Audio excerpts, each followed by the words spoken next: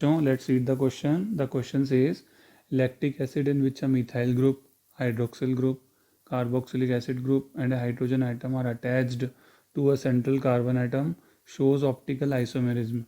You need to tell due to what molecular geometry this molecule shows optical isomerism. The option are because of carbon atom of the methyl group, then second option is carbon atom of the carboxylic acid group, third option is central carbon atom and fourth option is oxygen of the hydroxyl group. तो बच्चों ये question करने के लिए जो की concept हमको पता होना चाहिए वो है हमारा कायरलिटी। तो कायरलिटी क्या होता है कि जो मॉलिक्यूल होता है वो कैसा होता है, ए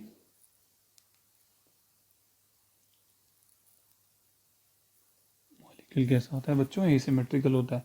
तो ध्यान रखना कायरलिटी जो कार्बन एटम में जो कायरलिटी होती है वो कब होती है कि जब उसके जो चारों ग्रुप्स हैं, उसके जो आसपास जो चारों ग्रुप्स लगे हैं वो कैसे हैं डिफरेंट हैं। तो जब चारों ग्रुप डिफरेंट होते हैं तो वो कैसा हो जाता है, एसिमेट्रिक कार्बन एटम हो जाता है और उसके अंदर कायरलिटी होती है। तो हमको ये पूछा है कि जो लैक्टिक एसिड है, अब लैक्टिक एसिड कैसा होता है, लैक्टिक एसिड इस तरह से होता है, एक कार्बन होता है, फिर उसके अंदर एक मिथाइल ग्रुप होता है, फिर एक हाइड्रोजन होता है, एक OH होता है और एक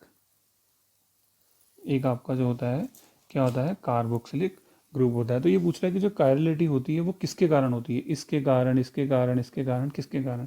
तो आप यहाँ देखोगे अगर if you will see this carbon, तो ये इस कार्बन पे तो 3 हाइड्रोजन लगे हैं, तो ये तो है ही नहीं एसिमेट्रिक, तो इसके कारण तो बिल्कुल भी नहीं है।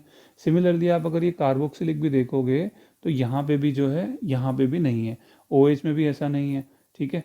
तो किसके कारण है, वो कार्बन के कारण है, क्योंकि ये वाला जो सेंट्रल कार्बन एटम है उसमें आप देखोगे कि चारों कार्बन अलग हैं। तो इसमें जो आंसर क्या आएगा, जो optical isomerism is because of the central carbon atom. So correct option is C. Hope you all understand. Best of luck.